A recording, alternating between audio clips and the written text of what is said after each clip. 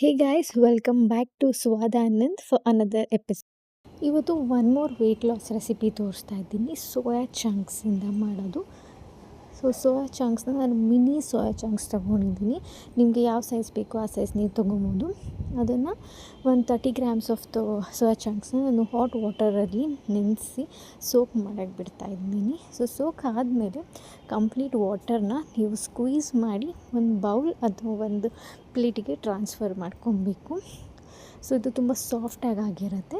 ಅದನ್ನು ನೀವು ಚೆಕ್ ಮಾಡಿಕೊಡಿ, ಏನಾದರೂ ಅದನ್ನು ಹುಳ ಅಥವಾ ಏನಾದರೂ ಡರ್ಟ್ ಇದೆಯಾ ಅಂತ ಚೆಕ್ ಮಾಡ್ಕೊಳ್ಳಿ. ನಾನು ತೊಗೊಂಡಿದ್ದು ಸೋಯಾ ಚಂಕ್ಸಲ್ಲಿ ಯಾವುದೇ ರೀತಿ ಏನೂ ಪ್ರಾಬ್ಲಮ್ ಇರಲಿಲ್ಲ, ಚೆನ್ನಾಗಿತ್ತು.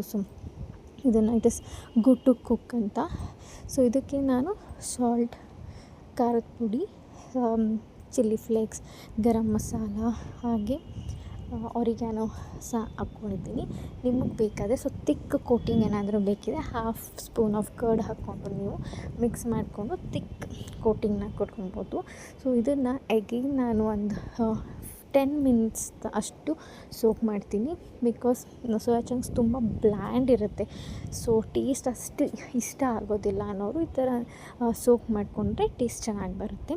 ನೀಟಾಗಿ ಮಿಕ್ಸ್ ಮಾಡಿಕೊಂಡು ಒಂದು ಕಡಾಯಿ ಅಥವಾ ಒಂದು ಪ್ಯಾನ್ನ ನಾವು ರೆಡಿ ಮಾಡಿಕೊಂಡು ಅದಕ್ಕೆ ಜಸ್ಟ್ ಒಂದು ಹಾಫ್ ಸ್ಪೂನ್ ಬಟರ್ ಅಥವಾ ತುಪ್ಪ ಹಾಕಿ ಅದು ಮೆಲ್ಟ್ ಆಗಿದ ತಕ್ಷಣ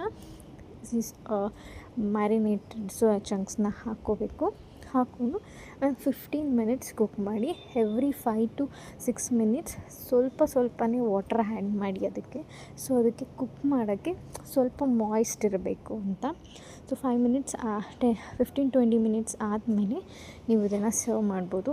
ಲೈಕ್ ಸಲಾಡ್ ಜೊತೆನಾದರೂ ತಿನ್ಬೋದು, ಯಾವ ಜೊತೆನಾದರೂ ತಿನ್ಬೋದು. For more recipes please to follow my page.